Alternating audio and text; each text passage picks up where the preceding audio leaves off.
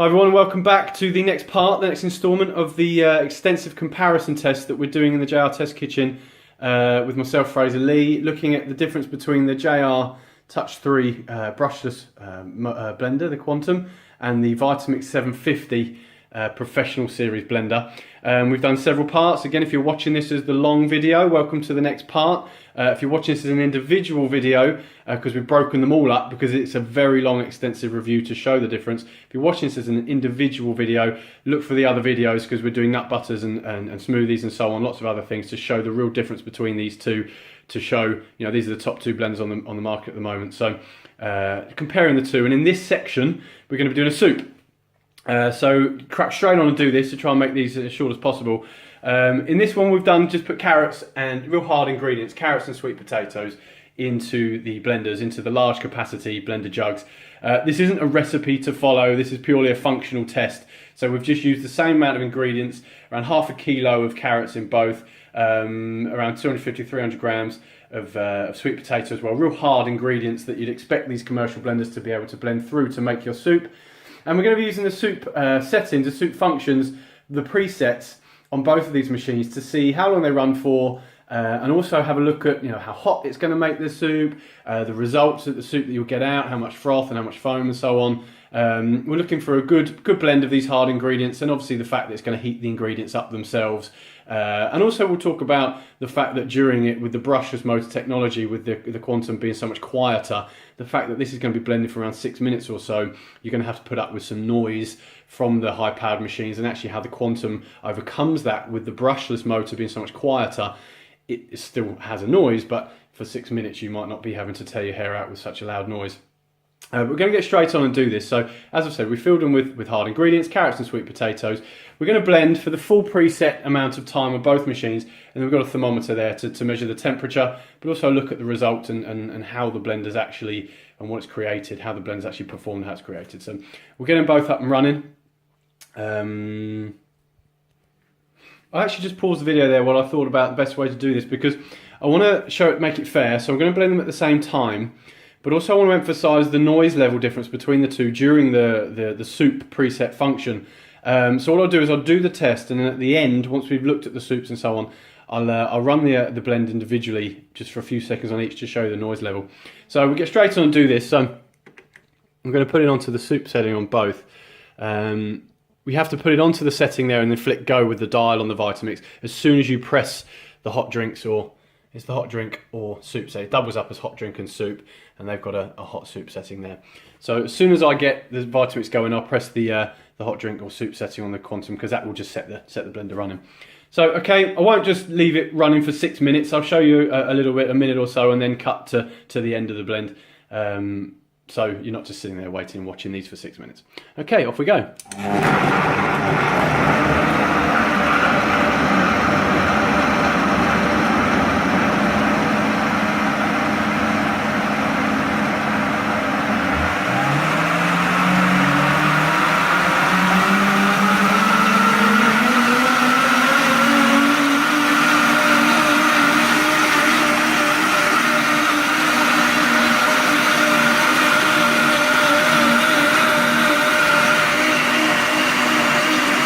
Take a step back and hope that you can hear me. You can actually see from the Vitamix that it's throwing the food around. It seems a lot more vicious. It's throwing that food around quite viciously.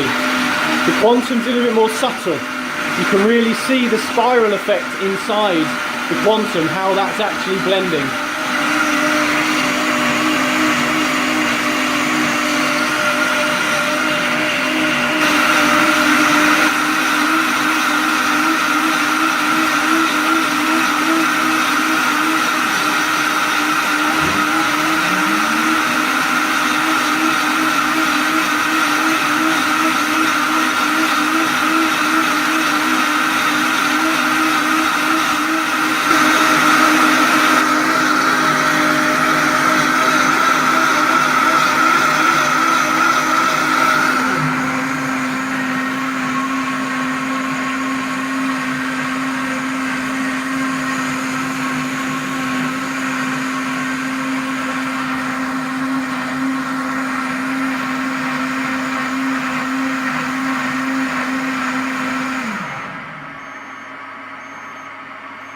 Okay, they're both finished. Now that was 6 minutes.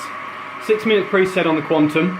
The Vitamix finished around sort of 10-15 seconds quicker, or say quicker, I mean it's finished and it's successful, but the preset function is about 10 or 15 seconds shorter than the preset function on there. But let's be honest, they're roughly the same. That was about 5 minutes 50, that's about 6 minutes total. One point to note actually during that, you notice the Vitamix finished earlier than the Quantum.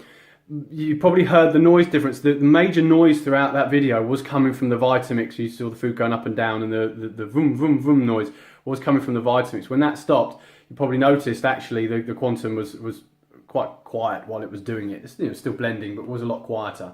The other point to note during it is that you'll notice that the Quantum has a timer function, so you can see how long you've been blending for. You might not want to blend for the full 6 minutes. You might want to check your temperature beforehand. And the beauty of the Quantum is that during the blend you could actually touch the preset function that was in use, and that will pause it. So you could pause it after 3 minutes and then touch it again. It would continue on for the next 3 minutes. It wouldn't reset. With the Vitamix, you've got your preset function. If you were to stop it to check the temperature halfway through, when you started again, essentially you're starting another preset. So you've got to allow the preset to continually run and finish in the Vitamix. You can pause it halfway through the Quantum. So there's a lot more control over what you're doing with the Quantum compared to the Vitamix. It's a really advanced machine in what you can do, pausing it, starting it, carrying on without having to start the blend again.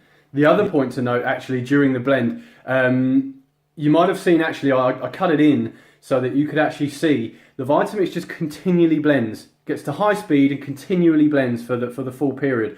The Quantum actually, after 2 minutes and then 4 minutes, so at 2 minute intervals, actually has a 1 or 2 second stop. It stops, it allows the food to settle, then goes again. The reason for that is if there's any food that's at the top here that's not quite getting dragged down into the blades, it happened on both. If it wasn't fully getting blended, it just for a split second allows the food to settle, then goes again. So that actually it gets a better mixture of the food inside there. So during the presets there, a lot more sort of intelligent blending from the Quantum compared to the Vitamix, which is kind of just getting to high speed and blitzing it. If you're looking inside, you'll see actually, the one thing I wanted to note is you'll see maybe a ½ inch, maybe 3/4 inch section of foam and froth there on the top. I can actually feel that's hot, which is good. I can feel both jugs are warm, so they've both warmed up. But this layer of foam here is actually less, especially around here, compared to the Vitamix. Right, but let's get these lids off and have a little look inside. That's actually after the 6 minute blend. There's a bit of steam coming out there, which is nice. Okay, so, right, so what you can see here, first initial immediate thing to note, of course there's going to be foam on both. It was never going to not have any foam.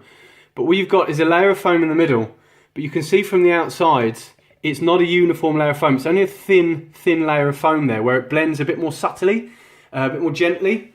Whereas the Vitamix kind of just nukes it, and you get an awful lot of foam actually coming off the top, I have to say. There's a lot of foam there on top compared to this one, which is much less on the Quantum. Right, so let's get the temperature gauge in here. So first point of note is you have more of a subtle blend on the Quantum compared to the Vitamix.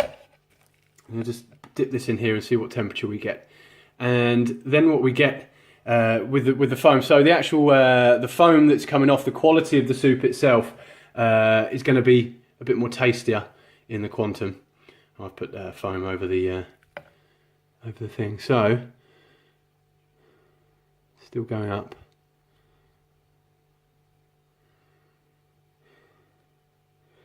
Okay. Leave that in there for a second. I'm going to just pause this a second. Okay, I'm testing the temperatures. It was really difficult trying to do it one-handed and show you one-handed. I was getting soup all over the thermometer and that.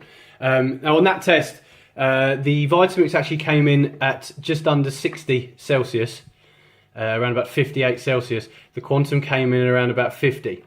So there was maybe a 7 or 8 or 9 degree swing between the two. The Vitamix actually within the preset function making the soup warmer, quicker. So the Vitamix actually did win the test of how quickly it heats up the soup on that one by about 10 degrees over the 6 minutes. So you've got to weigh up the fact that the Quantum was making it hot. It absolutely was making it hot to about 50 degrees compared to around 60 degrees in the 6 minutes.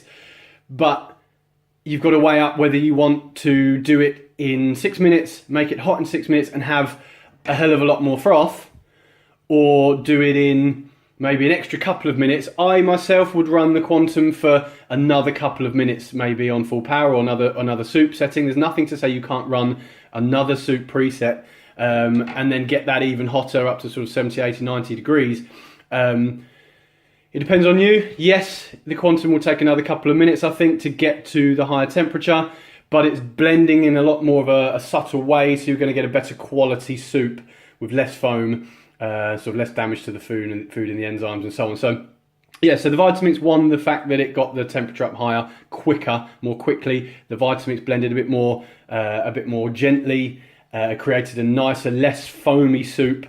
But you'd have to blend for another minute or two to reach the hotter temperatures.